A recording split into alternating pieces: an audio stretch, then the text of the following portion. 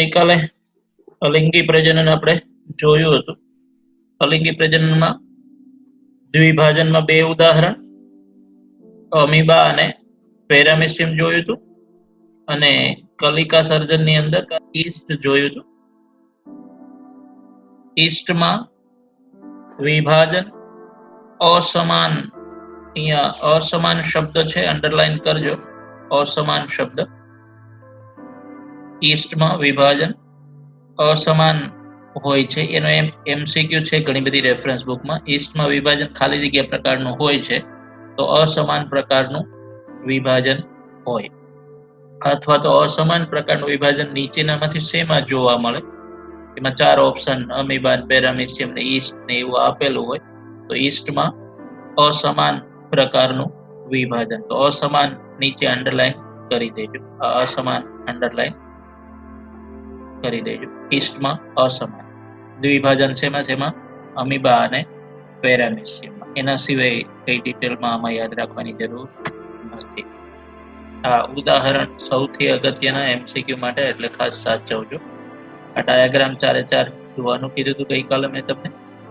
આ બી ઓસ્ટન વિશે આપણે ભણ્યા હતા. ઇંગ્લિશમાં એન્સાઇટેશન કીધું હતું આપણે, અથવા પોસ્ટ ઇંગ્લિશમાં સિસ્ટ કીધું હતું. અમીબા પ્રતિકૂળ સંજોગોની અંદર પોતાના ખોટા પગ પાછા ખેંચી લઈ અને પોતાના દેહની આસપાસ મજબૂત ત્રિસ્તરીય આવરણનો સ્ત્રાવ કરે. આ ક્રિયાને કોષ્ઠન કીધી હતી. અને જ્યારે અનુકૂળ પરિસ્થિતિ પ્રાપ્ત થાય ત્યારે કોષ્ઠન પામેલા અમીબા બહુભાજન પામે અને ઘણા સૂક્ષ્મ અમીબા કે કુટપાદીય બીજાણુઓ સર્જે. કોષ્ઠની દિવાલ તૂટે અને બીજાણુઓ આસપાસના માધ્યમમાં મુક્ત થઈ અમીબા તરીકે વૃદ્ધિ પામે.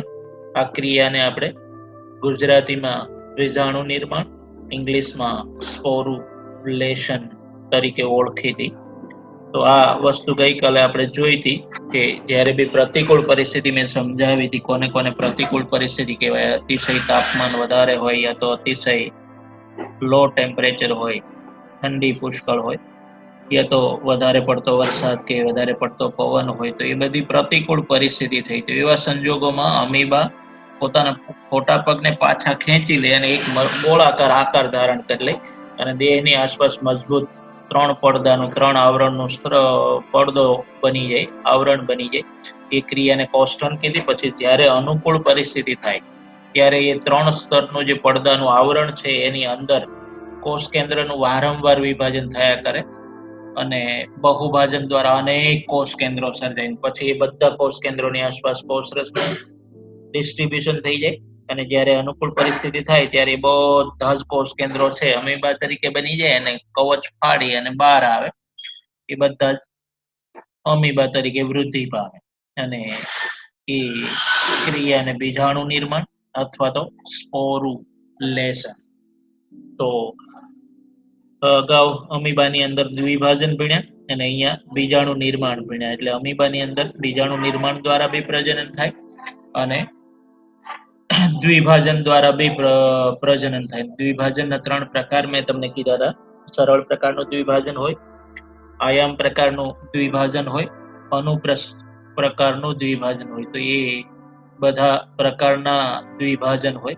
એમાં સરળ પ્રકારનું દ્વિભાજન હોય, એમાં અમીબા હોય અને બીજાણુ નિર્માણ બીજી મેથડ આવે. આ ઉપરાંત ફૂગ સૃષ્ટિના સભ્યો અને લીલ જેવી સરળ વનસ્પતિઓ વિશિષ્ટ અલિંગી પ્રજનન પ્રેરતી રચનાઓ દ્વારા પ્રજનન કરે અને આ રચનાઓ પૈકી ચલ બીજાણુઓ સર્વ સામાન્ય છે. ચલ બીજાણુ, ઇંગ્લિશમાં ઝૂસ્પોર્સ, એ ચલ બીજાણુ દ્વારા પ્રજનનની ક્રિયા કરે. કોણ લીલ હોય કે ફૂગ હોય, સરળ સૃષ્ટિના સભ્યો એના, અને એ ચલ બીજાણુ દ્વારા પ્રજનનની ક્રિયા કરે. આ ચલ બીજાણુ એ એકદમ સૂક્ષ્મ દર્શી રચના છે અને અન્ય અલિંગી પ્રજનન કરતી રચના તરીકે આ ચલ બીજાણુ તો છે જ, એ ઉપરાંત અન્ય કઈ રચના છે જેના દ્વારા પ્રજનન થતું હોય? તો કણી બીજાણુ, જેને ઇંગ્લિશમાં કોનિડિયા તરીકે આપણે ભણીશું. એ કણી બીજાણુ પેનિસિલિયમ ની અંદર જોવા મળે. પછી કલિકાઓ, એ હાઇડ્રા ની અંદર, અને અંતઃકલિકાઓ એટલે કે જેમ્યુલ્સ, એ વાદળી ની અંદર જોવા મળે. આ બધા જ ઉદાહરણ અતિશય અગત્યના છે એમસીક્યુ માટે, તો એ ખાસ ધ્યાન રાખવાનું છે. તો કણી બીજાણુ કોનિડિયા એ શેમાં? પેનિસિલિયમમાં. પેનિસિલિયમમાં કણી બીજાણુ, કણી પેનિસિલિયમ, પેનિસિલિયમ કણી, કણી પેનિસિલિયમ, પેનિસિલિયમ કણી. ઇંગ્લિશમાં કોનિડિયા, ઇંગ્લિશમાં કોનિડિયા. કલિકાઓ બે પ્રકારની હોય, બાહ્ય કલિકાઓ અને આંતઃકલિકાઓ. એમાં બાહ્ય કલિકાઓ છે એ હાઇડ્રાની અંદર જોવા મળે, અને અંતઃ કલિકા છે એ વાદળીની અંદર જોવા મળે, જે મ્યુલ્સ ની અંદર જોવા મળે. બોડીની અંદર ઉપસેલો કોષ સમૂહ સર્જાય, કલિકા સર્જાય, બર્ડ સર્જાય તો એ અંતઃકલિકા કહેવાય. બોડીની બહાર સર્જાય તો એ બાહ્ય કલિકા. તો કલિકા દ્વારા પ્રજનન નીચેનામાંથી શેમાં જોવા મળતું નથી? એક ઓપ્શન ઈસ્ટ હોય, બીજું ઓપ્શન હાઇડ્રા હોય, ત્રીજું ઓપ્શન વાદળી હોય, અને ચોથું ઓપ્શન ઉપરના બધા, ઉપરોક્ત બધા. તો આન્સર શું આવશે? ઉપરોક્ત બધા. કારણ ઈસ્ટમાં બી હોય, હાઇડ્રામાં બી હોય, અને વાદળીમાં બી. ખાલી એવો પ્રશ્ન પૂછાય કે નીચેનામાંથી અંતઃ કલિકા શેમાં જોવા મળે? તો વાદળી એકલું. નીચેનામાંથી બાહ્ય કલિકા શેમાં જોવા મળે? એક ઓપ્શન ઈસ્ટ હોય, બીજું ઓપ્શન હાઇડ્રા હોય, ત્રીજું ઓપ્શન ઉપરોક્ત બંને હોય, ચોથું ઓપ્શન એક પણ નહીં, તો ઉપરોક્ત બંને. આવા એમસીક્યુઝ પૂછાઈ શકે તમને. કણી બીજાણુ પેનિસિલિયમ, પેનિસિલિયમ કણી બીજાણુ. કણી બીજાણુ શેમાં? પેનિસિલિયમ ની અંદર. અહીંયા આકૃતિ તમને આપેલી છે, એમાં ક્લેમિડોમોનાસના ચલ બીજાણુ છે, પેનિસિલિયમના કણી બીજાણુઓ છે, હાઇડ્રામાં કલિકા છે, અને વાદળીમાં અંતઃકલિકા છે. ચારે ચાર ડાયાગ્રામ છે, એમાં ક્લેમિડોમોનાસ ના ચલ બીજાણુ આપેલા છે.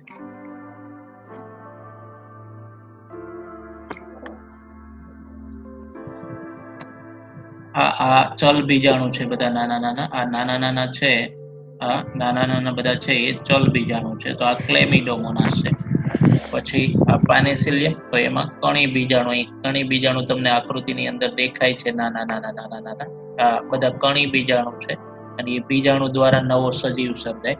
અહીંયા તમે જોઈ શકો છો કે આ જે ચલ બીજાણુ છે એ ટોટલી એમાં બે કષા દેખાય છે. આ બે રેસા તાતણા તંતુ જેવા દેખાય છે, બે એન્ટેના જેવું, અને ટોટલી સેમ રચના હોય, એટલે આ સમજન્યુ પ્રકારના હોય.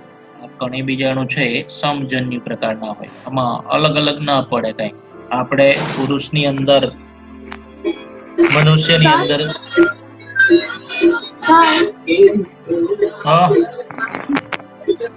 ચોથી આકૃતિ છે આપણે વાદળીની અંતકાલિકા, અંતકાલિકા ક્યાં? હા, હું પહોંચવા દો ત્યાં હજુ મને.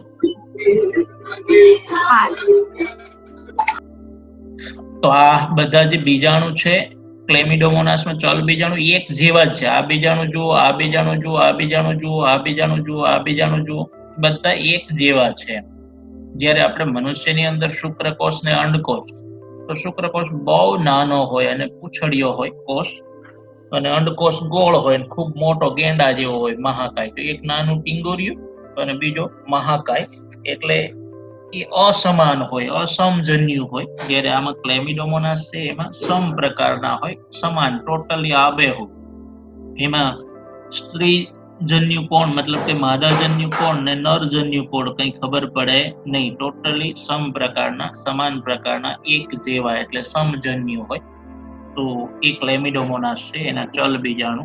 આગળ બી આ આપણે ક્યાંક ને ક્યાંક જોઈશું ક્યારેક ચલ બીજાણુ. અને 11 સાયન્સમાં બી આનું થોડું ઘણું આવ્યું હતું, અને 12 સાયન્સમાં બી અત્યારે આવે છે. તો ક્લેમિડોમોનાસ ચલ બીજાણુ. પછી એ કણી બીજાણુ, તો એ શેમાં હતું? પેનિસિલિયમમાં. અને હવે કલિકા બે પ્રકારની છે. એમાં તમે જોઈ શકો છો કે અહીંયા ઉપસેલો કોષ સમૂહ સર્જાયો. આ હાઇડ્રા ની કલિકા છે. અગાઉ આપણે ઈસ્ટ ની કલિકા ભણી ગયા.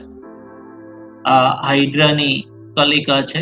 તો ઉપસેલો કોષ સમૂહ સર્જાય. અહીંયા આડું લીટું તમને દેખાતું હશે, તો એ આડું લીટું ત્યાંથી અમુક સમય પછી કલિકા પુખ્ત બને પછી પોતાના યજમાન પિતૃદેહથી છૂટી પડી જાય અને એ કલિકા એટલે નવું હાઇડ્રું બની ગયું, નવો સજીવ બની ગયો. એ કલિકા સર્જન અહીંયા બોડીની બહાર સર્જાય છે એટલે બાહ્ય કલિકા. બોડીની બહાર સર્જાય છે એટલે બાહ્ય કલિકા. અને અહીંયા આ જેમ્યુલ્સ છે, તો જેમ્યુલ્સ ની અંદર તમે જોઈ શકો છો અંદર આ આખો વિસ્તાર છે. આ આખો વિસ્તાર છે એ બોડીની અંદર ઉપસેલો વિસ્તાર સર્જાયો. આખો ગોળ તંબુ જેવો વિસ્તાર સર્જાયો. એ આખો બોડીની અંદર ઉપસેલો કોષ સમૂહ સર્જાયો. અને એ ઉપસેલો કોષ સમૂહ સર્જાયો પણ બોડીની અંદર કોષ સમૂહ સર્જાયો એટલે એને અંતઃકલિકા કહેવાય. આ આખી અંતઃકલિકા બોડીની અંદર ઉપસેલો કોષ સમૂહ તંબુ જેવો, તો એ બોડીની અંદર સર્જાયો એટલે અંતઃકલિકા, ને અહીંયા બોડીની બહાર સર્જાયો એટલે બાહ્ય કલિકા. એટલે કલિકા બે પ્રકારની, અંતઃકલિકા અને બાહ્ય કલિકા. જેમ્યુલ્સ આ પ્રાણીની વાત છે. પ્રાણીમાં પૂછે તો બે અલગ આવે અને વનસ્પતિમાં પૂછે તો બે અલગ આવે. કલિકા બંનેમાં આવે કલિકા સર્જન. એ જ રીતે અવખંડન બી બંનેમાં આવે. વનસ્પતિમાં બી અવખંડન આવે, પ્રાણીઓમાં બી અવખંડન આવે. એટલે આ પ્રજનન પદ્ધતિ અમુક સેમ હોય. વનસ્પતિમાં બી જોવા મળે, પ્રાણીમાં બી જોવા મળે, પણ બંનેના ઉદાહરણ ડિફરન્ટ હોય. એટલે પ્રાણી શબ્દ વાપરે તો બી સાચવવું પડે, વનસ્પતિ શબ્દ વાપરે તો બી સાચવવું પડે, અંતઃકલિકા શબ્દ વાપરે તો બી સાચવવું પડે, બાહ્ય કલિકા વાપરે તો બી સાચવવું પડે. અને ઉદાહરણ ખાસ સંભાળજો. આ ઉદાહરણ બધા ખૂબ અગત્યના છે. આ ઉપરાંત તમારી પાસે કોઈ રેફરન્સ બુક હોય અને ઘેર ટાઈમ મળતો હોય તો આના બીજા ઉદાહરણ અન્ય કોઈ રેફરન્સ બુકમાં, જે બી તમારી પાસે રેફરન્સ બુક છે એમાં અન્ય ઉદાહરણ હશે તો એ બી જોઈ લેવા જરૂરી છે. કે જેટલા ઉદાહરણ આવડશે એટલો ફાયદો, અને અત્યારે જ આવડશે, પછી નહીં આવડે. બધા ચેપ્ટર ભેગા થયા પછી નહીં આવડે. એટલે અત્યારે જરૂરી છે આવડવા ઉદાહરણ. અહીંયા આ ડાયાગ્રામમાં તમે જોઈ શકો છો બટાટાની આંખ આપેલી છે. હા બોલો બોલો. કણિયા બીજાણુમાં 3 પ્રકારના પડે. કણિયા બીજાણુમાં 3 પ્રકારના પડે. હા બોલો. કઈ 3 મતલબ? અસમ, સમ અને વિષમ. કણિયા બીજાણુમાં 3 પ્રકાર પડે. હા પડે, પણ બુકમાં સમજન્યુક, વિષમજન્યુક ને અંડજન્યુક. હા પડે, પણ એ અત્યારે આપેલું નથી તમારે. 11 સાયન્સમાં છે એ વસ્તુ. હલો, 11 સાયન્સમાં છે એ આપેલું નથી અત્યારે. અને એ ખાલી ચલ બીજાણુનું પડે. મેં તમને વિગતે બધા પ્રાણીઓમાં કઈ રીતનું હોય એ સમજાયું. ભાઈ મનુષ્યનું એક ઉદાહરણ આપ્યું, એમાં વિષમજન્યુ હોય અને આમાં સમજન્યુ હોય ક્લેમિડોમોનાસમાં, એ ઉદાહરણ આપ્યું. 11 સાયન્સમાં એના વિશે ડિટેલમાં છે, અત્યારે 12 સાયન્સમાં નથી. પણ ચલ બીજાણુના 3 પ્રકાર પડે. મેં ચલ બીજાણુ વિશે તમને નથી કીધું પ્રકાર કેટલા પડે, કયા પડે. મેં તમને જનરલી પ્રાણીઓ વિશે સમજાવ્યું, પ્રાણીઓમાં કેટલા પ્રકાર હોઈ શકે એમ.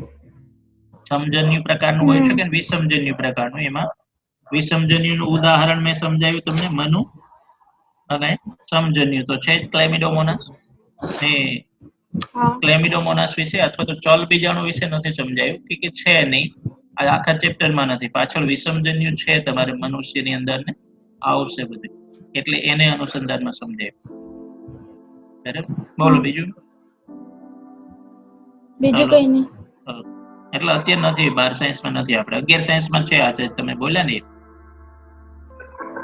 તો અહીંયા આકૃતિ બધી ખૂબ અગત્યની છે. આ આકૃતિને આધારે એકાદો MCQ પૂછાઈ શકે, અને 5 આકૃતિ છે તો 5 આકૃતિને આધારે દરેકનો એક MCQ બની શકે. એટલે જોઈ લેજો. તો ઓપ્શન એ આકૃતિ એ છે.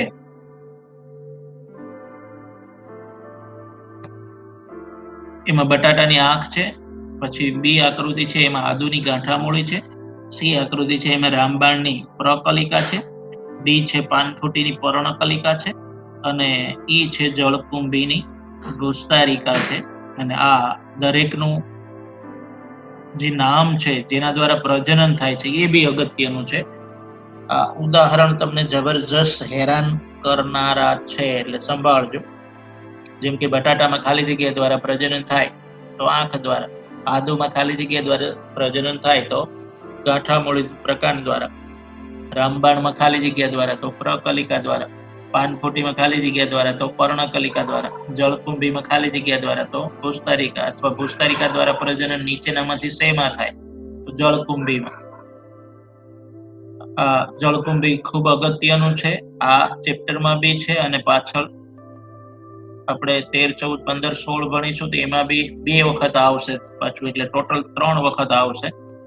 જળકુંભી, ટેરર ઓફ બેંગોલ, વોટર હાયસિન, ઇંગ્લિશમાં વોટર હાયસિન, એ ભણીશું ડિટેલમાં. હમણાં આપણે થોડું ઘણું ભણીશું પાછળના પેજમાં, અને આગળ જતા ડિટેલમાં બી ભણીશું આના વિશે. તો જળકુંભીમાં ખાલી જગ્યા દ્વારા પ્રજનન તો ભૂસ્તારિકા, ભૂસ્તારિકા દ્વારા ખાલી જગ્યામાં પ્રજનન તો જળકુંભીમાં. એટલે આ દરેક શબ્દો ખાસ અગત્યના છે, એટલે સંભાળજો. રામબાણ વિશે મેં તમને 11 સાયન્સ 5મા ચેપ્ટરમાં ડિટેલમાં કરાયું હતું. પ્રજનનનું આપણે મૂળ દ્વારા પ્રજનન હતું, પ્રકાંડ દ્વારા, પર્ણ દ્વારા. એમાં આ પાનફૂટી બી આપણે ઓલરેડી ભણી ગયા છીએ. રામબાણનું આખું ડિટેલમાં સમજાવ્યું હતું. ગામડાની અંદર એને કેતકી કહેવાય, કેટલા ફૂટનો સોટો વાંસ જેવો થાય ને એની ક્યાં કેટલી 20 ફૂટ ઉપર, મતલબ 2 માળની હાઈટ ઉપર કલિકા, નાના છોડ સર્જાય, અને એ છોડ પાછું પુખ્ત બની નીચે ખરે જમીન ઉપર, ને એમાંથી પાછી નવી વનસ્પતિ સર્જાય. એ બધું ડિટેલમાં રામબાણમાં સમજાવેલું છે. બટાટા વિશે બી સમજાવેલું છે. ખેડૂતો બટાકાના 3 ટુકડા કરે, 4 ટુકડા કરે. જેવો બટાકો, મોટો બટાકો હોય તો 4 ટુકડા કરે, નાનો હોય તો 3 ટુકડા કરે, એનાથી નાનો હોય તો 2 ટુકડા કરે, જમીનની અંદર વાવી દે. પછી પાણી પાય, ખાતર નાખે, એટલે એનો છોડ ધીરે ધીરે એ આંખમાંથી નવો છોડ ફૂટી નીકળે. તો એ તમને ડિટેલમાં કરાવેલું છે. ખેડૂતો કઈ રીતે બટાટાની ખેતી કરે, શું કરે. આદુમાં બી તમને ખબર છે, એનો આખો ગાંઠિયો હોય તો કોઈ બી એકાદી ટુકડો કરીને વાવી દો, એમાંથી નવું આદુ ફૂટે. એટલે લગભગ ડિટેલમાં આ બધું જ જોઈ ગયેલા છીએ, પણ ફરીથી રિપીટ થયું છે, એટલે જોઈએ આપણે. અહીંયા તમારે પહેલો પેરેગ્રાફ આખો આ હટાવી દેવાનો છે, એની કોઈ જરૂર નથી. અહીંથી ચાલુ કરવાનું છે તમારે. પહેલો પેરેગ્રાફ આખો પ્રશ્નાર્થ છે, બધા કોઈ જરૂરી નથી. પ્રાણીઓ અને અન્ય સરળ સજીવોમાં અલિંગી શબ્દ સુસ્પષ્ટ રીતે વપરાય છે. પ્રાણીઓ અને અન્ય સરળ સજીવોમાં અલિંગી શબ્દ સુસ્પષ્ટ રીતે વપરાય છે, જ્યારે વનસ્પતિઓમાં સામાન્યતઃ વાનસ્પતિક પ્રજનન શબ્દ વારંવાર વપરાય છે. એટલે અલિંગી પ્રજનન બધા સજીવોમાં કેવું હોય તો, વનસ્પતિમાં કેવું હોય તો, અલિંગી પ્રજનન માટે બીજો શબ્દ છે વાનસ્પતિક પ્રજનન. વનસ્પતિક પ્રજનન વિશે બી મેં આખો ટોપિક કમ્પ્લીટલી તમને કરાવેલો છે 11 સાયન્સ 5મું ચેપ્ટર. ગુલાબ વિશે સમજાવેલું કે ગુલાબની એક ડાળ તોડીને ગમે ત્યાં વાવી દો તો એ વાનસ્પતિક પ્રજનન થયું. કલમ અલગ અલગ પ્રકારની મેં તમને આકૃતિ દોરી અને સમજાવેલી છે. ચીકુની અંદર કઈ રીતે કલમ કરવામાં આવે, કેસર કેરીમાં કઈ રીતે કલમ કરવામાં આવે, કલમના પ્રકાર કયા કયા હોય, એ ડિટેલમાં મેં તમને આકૃતિ દોરી અને સમજાવેલું છે. એ બધા વાનસ્પતિક પ્રજનન જ હતા.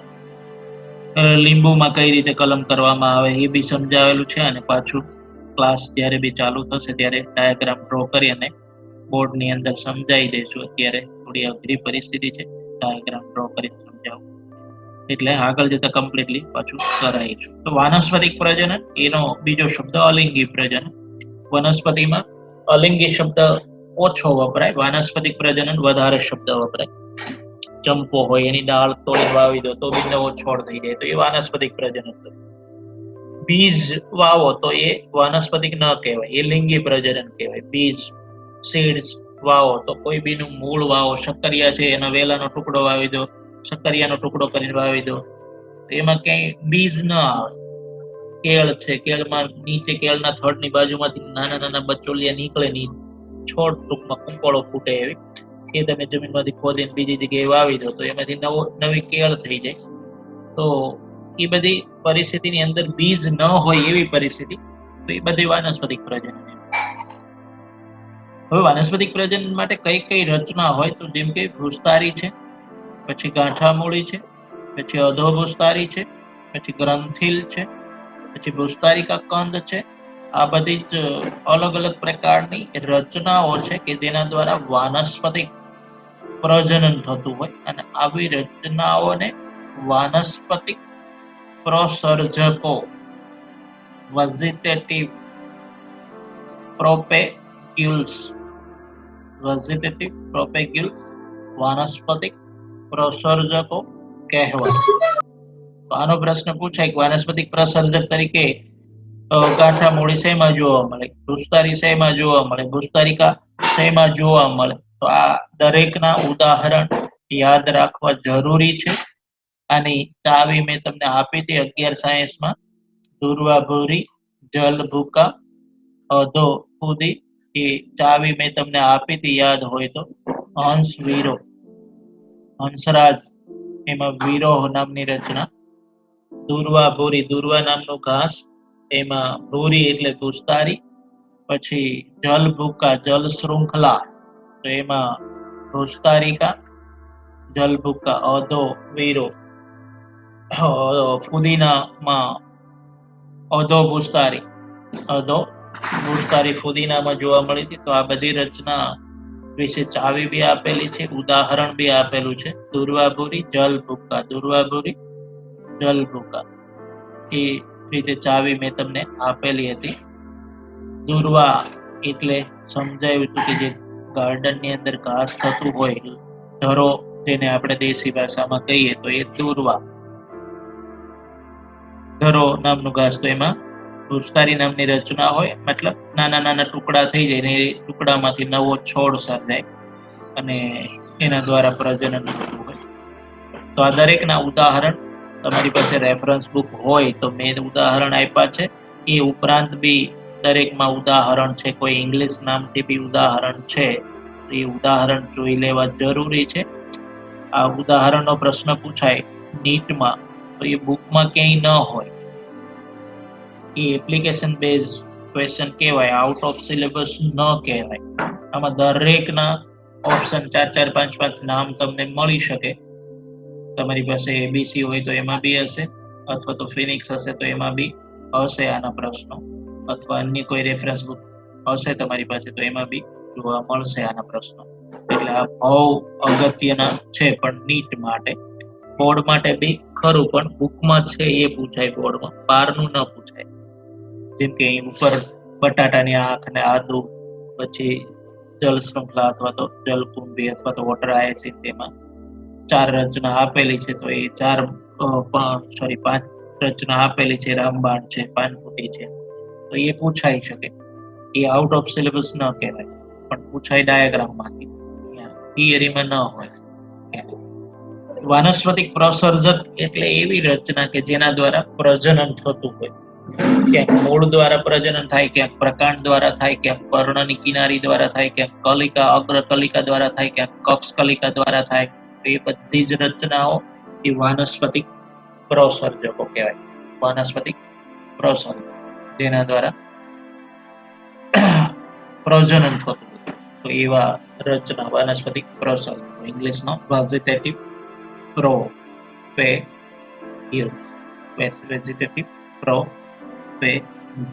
વાનસ્પતિક પ્રસર્જકો. આનો આ પ્રશ્ન તમને ઇંગ્લિશ ટાઇટલથી બી પૂછે. નીચેનામાંથી કોઈ બી વનસ્પતિ આપે, માનો કે જળ શૃંખલામાં વેજીટેટિવ પ્રોપેગ્યુલ્સ તરીકે કોણ ભૂમિકા ભજવે, અથવા ખાલી જગ્યા ભૂમિકા ભજવે, તો એ તમારે આન્સરમાં લખવાનું હોય. અથવા તો નીચેનામાંથી રામબાણની અંદર વેજીટેટિવ પ્રોપેગ્યુલ્સ તરીકે શું જોવા મળે, તો રામબાણમાં શું હોય, પ્રકલિકા. શું હોય? પ્રકલિકા. તો આ રીતનો પ્રશ્ન પૂછાઈ શકે. વનસ્પતિક પ્રસર્જકો તરીકે બી પૂછાય, વેજીટેટિવ પ્રોપેગ્યુલ્સ તરીકે બી પૂછાય, અથવા તો હજુ શક્યતા નથી. તમારા બોર્ડમાં કદાચ MCQ નીકળી અને VSQ આવે એવી પોસિબિલિટી છે. જો VSQ આવે તો વાનસ્પતિક પ્રસર્જકોના ઉદાહરણ લખો. તો આ બધા લખવાના થાય. ભૂસ્કારી લખવાનું થાય, ગાંઠામૂળી લખવાનું થાય, અધો ભૂસ્કારી લખવાનું થાય, ગ્રંથિલ લખવાનું થાય, ભૂસ્કારિકા લખવાનું થાય અને કંદ લખવાનું થાય. આ બધા જ ઉદાહરણ આવે. કંદ વિશે મેં તમને સમજાવ્યું હતું. કંકોરા સૌરાષ્ટ્રમાં કંટોલા કહે છે, આ બાજુ કંકોરા કહે. તો એ કંકોરાનો કંદ હોય તો એ કંદ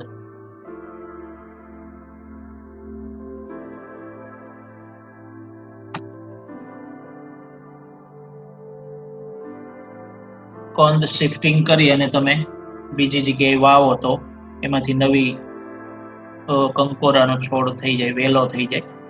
ચોમાસાને 1 મહિનો વાર હોય ત્યાં એ ઓટોમેટિક જમીનમાંથી એમાંથી કુંપળો ફૂટીને વેલા એના ચાલવા લાગે. અને વરસાદ પડે ત્યાં સુધીમાં તો 2-3 ફૂટના 4-4 ફૂટના વેલા થઈ જાય અને કંટોલા આવવાનું ચાલુ થઈ જાય. કંટોલા કે કંકોરા. તો એ કંદ એની અંદર જોવા મળે. તમારે એ કંકોરા કે લખવાનું નથી.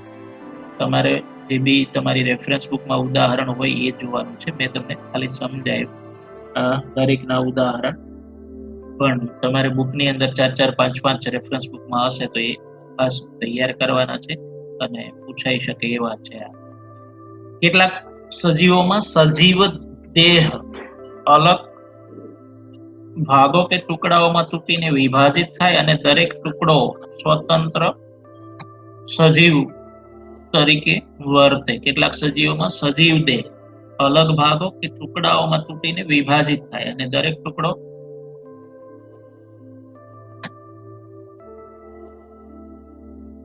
પુખ્ત પ્રાણીમાં ફેરવાય છે અને સંતતિ સર્જવાની ક્ષમતા ધરાવે છે. ઉદાહરણ તરીકે હાઇડ્રા છે, એની અંદર અવખંડન નામની પ્રજનન પદ્ધતિ હોય. અવખંડન બી અનેક વખત મેં સમજાવેલું છે ક્લાસની અંદર કે શરીરનો કોઈ બી એક ટુકડો અલગ થાય અને એમાં જે બી ખૂટતા ભાગો હોય એ પુનઃ એનું સર્જન થાય, નવા ડેવલપ થાય, નવા સર્જાય અંગો. તો એનું ઉદાહરણ બી આપ્યું હતું મારું જ ખુદ કે ભાઈ મારા 3 ભાગ થઈ જાય તો બોડીનો ભાગ હોય એમાં પગ ના હોય તો ધીરે ધીરે પગ નવા ફૂટે. પગનો ભાગ હોય તો એમાં માથું ન હોય, બોડી ન હોય તો એ ધીરે ધીરે સર્જાય અને નવો માનો કે વનરાજ થઈ જાય. તો એ રીતે અહીંયા હાઇડ્રાની અંદર બોડીનો કોઈ બી પોર્શન તૂટીને અલગ થાય. પછી દરેક પોર્શનમાં કંઈ બધા અંગો તો હશે નહીં, જેટલા ખૂટતા અંગો હશે એ ધીરે ધીરે નવા ડેવલપ થશે અને એમાંથી આખું નવું સજીવ બની જશે. તો એ અવખંડન નામની મેથડ. તો અવખંડન દ્વારા પ્રજનન નીચેનામાંથી શેમાં જોવા મળે? તો હાઇડ્રામાં અથવા તો હાઇડ્રામાં ખાલી જગ્યા અને ખાલી જગ્યા દ્વારા પ્રજનન જોવા મળે. તો કલિકા સર્જન અને અવખંડન 2 મેથડ આપણે હાઇડ્રાની જોઈ. હાઇડ્રામાં બંને મેથડ દ્વારા પ્રજનન જોવા મળે, ખાલી જગ્યા અને ખાલી જગ્યા દ્વારા હાઇડ્રામાં પ્રજનન. તો 2 ઓપ્શન હોય. તો હાઇડ્રામાં કયું? અવખંડન દ્વારા પ્રજનન. અવખંડન વિશે તમને ખબર છે. હવે હમણાં જે આપણે વાત કરી હતી ટેરર ઓફ બેંગોલ જળકુંભી નામની વનસ્પતિ, ઇંગ્લિશમાં વોટર હાયસિન્થ. ટેરર એટલે ત્રાસ, આતંકવાદી. ટેરરિઝમ ને ટેરર કહેવાય અને એના ઉપરથી ટેરરિસ્ટ એટલે આતંકવાદી. ટેરર એટલે ત્રાસ. તો જબરજસ્ત આ વનસ્પતિ એક વખત પાણીની અંદર ઘૂસી, વોટર હાયસિન્થ, જળકુંભી, જળ શૃંખલા, 3 નામ અલગ અલગ છે. 3 ચેપ્ટરમાં આપણે ભણીશું. તો આ જળકુંભી ઇંગ્લિશમાં વોટર હાયસિન્થ યાદ રાખજો નામ. એ ટાઇટલથી ઘણી વખત અનેક વખત પ્રશ્ન પૂછાય છે. Water hyacinth. તો આ વોટર હાયસિન્થ એ એક વખત પાણીની અંદર પ્રવેશી પછી તાત્કાલિક 1 માંથી 50 થાય, 50 માંથી 500 થાય, 500 માંથી 5 લાખ થઈ જાય અને આખી જે જળાશયની સપાટી છે એને ટોટલી ઢાંકી દે, કવર કરી દે અને પાણીમાં જેટલો બી ઓક્સિજન હોય એ ઓક્સિજન બધો પૂરો કરી દે. પછી ઓક્સિજન વિના માછલીઓ ધીરે ધીરે તડપીને મરી જાય, એટલે જળાશય ઉપર ટેરર જમાવી દે, આતંકનો ફેલાવો કરી દે, આતંક જમાવી દે, એટલે આનું નામ ટેરર ઓફ બેંગોલ એવું રાખ્યું છે. કે વનસ્પતિ એવી પ્રબળતાથી ફેલાઈ જાય આ જળકુંભી કે બધો જ ઓક્સિજન વાપરીને આખી સપાટી કવર કરી લે, અને બધી માછલીઓ ધીરે ધીરે મૃત્યુ પામે, અને પછી જે બી જળાશય હોય એ દુર્ગંધ વાળો થઈ જાય.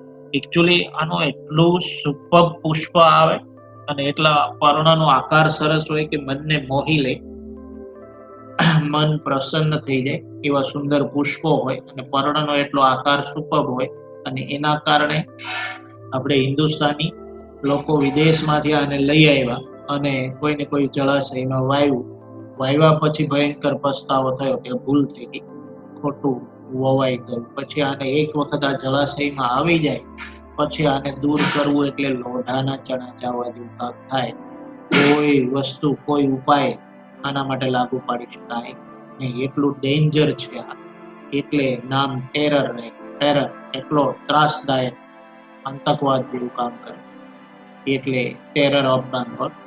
વનસ્પતિ કઈ છે? જળકુંભી, વોટર હાયસિન્થ, અને એ એટલી પ્રબળતાથી ફેલાઈ જાય બધો ઓક્સિજન ખતમ કરી દે, માછલીઓ મૃત્યુ પામી જાય. અને ભારતની અંદર એને લાવવામાં શા માટે આવ્યું હતું, કયા કયા કારણોસર ભારતની અંદર એનો પ્રવેશ કરાયો, તો સુંદર પુષ્પો અને પર્ણના આકારના કારણે. આ એમસીક્યુ લગભગ તમામ રેફરન્સ બુકમાં છે કે જળકુંભી અથવા તો વોટર હાયસિન્થનો ભારતમાં પ્રવેશ ખાલી જગ્યા કારણોને કારણે કરવામાં આવ્યો. તો સુંદર પુષ્પો અને પર્ણના આકારને કારણે. નકર નારાયણ એમસીક્યુ નીકળીને વીએસક્યુ થાય તો બી આ સૌથી મોસ્ટ ઇમ્પોર્ટન્ટ પ્રશ્ન છે વીએસક્યુ તરીકે. જળકુંભી નો ભારતમાં પ્રવેશ કયા કારણોસર કરાવવામાં આવ્યો, તો સુંદર પુષ્પો અને પર્ણના આકારને કારણે. સુંદર પુષ્પો અને પર્ણના આકારને કારણે જળકુંભી નો પ્રવેશ ભારતમાં કરાવવામાં. તો આ એક વખત છવાઈ જાય પછી એનાથી છુટકારો પામવો એટલે અશક્ય જેવું થઈ જાય, ખૂબ જ અઘરી પરિસ્થિતિ થઈ જાય, અને એટલું ઝડપથી ફેલાઈ જાય. ઘટનાકીય દરે શબ્દ વાપર્યો, વાનસ્પતિક પ્રસર્જન કરી ખૂબ જ ઝડપથી પાણીની સપાટી પર ફેલાય, એટલે બહુ અઘરી વસ્તુ થઈ જાય પછી. તો ટેરર ઓફ બેંગોલ યાદ રાખજો. ટેરર ઓફ બેંગોલ તરીકે કઈ વનસ્પતિ છે? તો જળકુંભી, વોટર હાયસિન્થ. ઓકે. બટાટા, શેરડી, કેળા, આદુ, ડાહલિયા કેવી રીતે ઉછેરવામાં આવે, તો આ તમામ વિશે આપણે 11 સાયન્સમાં ભણી ગયેલા છીએ. કેળા વિશે નહોતા ભણ્યા, બટાટા વિશે, શેરડી વિશે, આદુ વિશે, ડાહલિયા વિશે ઓલરેડી ભણી ગયા. એમની ચાવી બી મેં તમને આપી હતી. મૂળ દ્વારા પ્રજનન શેમાં થાય, પ્રકાંડ દ્વારા શેમાં થાય, પર્ણ દ્વારા શેમાં થાય, આ બધા ઉદાહરણ હતા જ ઓલરેડી 11 સાયન્સમાં. ફરીથી રિપીટ થાય. એક કેળા એ નવું ઉદાહરણ છે તમારા માટે. તો બટાટાની અંદર ગ્રંથિલ પરની કલિકા અથવા તો આંખ દ્વારા વાનસ્પતિક પ્રજનન થાય. તો બટાટામાં ખાલી જગ્યા દ્વારા કલિકા બી આવી શકે, આંખ બી આવી શકે. ગ્રંથિલ એટલે બટાકાનો જે દડો છે, જે બી ગાંઠ છે આખી ગ્રંથિલ શબ્દ વાપર્યો બટાકા માટે. બટાટાના ગ્રંથિલ, એમાં કલિકા હોય, આંખ હોય, એના દ્વારા વાનસ્પતિક પ્રજનન થાય. કેળ અને આદુની ગાંઠામૂળી માંથી નવા છોડને ઉગતા જોયા છે. તો કેળની આદુમાં ગાંઠામૂળી દ્વારા વાનસ્પતિક પ્રજનન થાય. કેળ વિશે ડિટેલમાં કદાચ હું ભૂલી જાઉં તો યાદ દેવડાવજો. ક્લાસ ચાલુ થાય ત્યારે ડાયાગ્રામ ડ્રો કરી અને કેળની અંદર કઈ રીતે વાનસ્પતિક પ્રજનન થાય એ સમજાવીશું ડિટેલમાં. ડાયાગ્રામ એમાં જરૂરી છે, એટલે એમને સમજ નહીં પડે. જે બાળકો કેળની ખેતી કરતા હશે, જેમના પેરેન્ટ્સ, જેમના સગા સંબંધી, એમને આ વસ્તુ બહુ આસાન છે, ખબર હશે. પણ જે લોકો ટોટલી સિટીમાં જ જન્મા હોય અને પહેલેથી સિટીમાં જ રહ્યા હોય, એમને ખબર ન હોય, એટલે જેને ખબર નથી એના માટે ક્લાસ ચાલુ થશે ત્યારે ડાયાગ્રામ ડ્રો કરી સમજાય. તો બટાટામાં ગ્રંથિલ ઉપરની કલિકા અથવા આંખ દ્વારા, કેળ અને આદુમાં ગાંઠામૂળી દ્વારા વાનસ્પતિક પ્રજનન થાય. ઉપરયુક્ત વનસ્પતિની અંદર કાળજીપૂર્વક પ્રાંકુર એટલે કે નવી વનસ્પતિના ઉત્સર્જનની જગ્યા નક્કી કરો ત્યારે તમે નોંધશો કે તે રૂપાંતરિત પ્રકાંડમાં રહેલી ગાંઠોમાંથી ઉદ્ભવે છે. જ્યારે આ ગાંઠો ભીની જમીન કે પાણીના સંપર્કમાં આવે ત્યારે મૂળ અને નવા છોડ વિકસાવે છે. જેમ કે બટાટા છે, એ બટાકાની આંખ છે, મતલબ 4 ટુકડા તમે કરી નાખો તો એક ટુકડામાં એકાદી આંખ આવે ને આવે 100%. આંખ બટાકાની અંદર એક નાનો ખાડો હોય, બ્લેક જેવી રચના હોય, સેજ બ્લેકિશ હોય, બાકી બટાકો આખી સપાટી છે સરફેસ એની સરખામણીમાં એ કાળી છે, જો એ બ્લેક આંખ હોય અને સેજ ખાડો હોય તો એ આંખ હોય.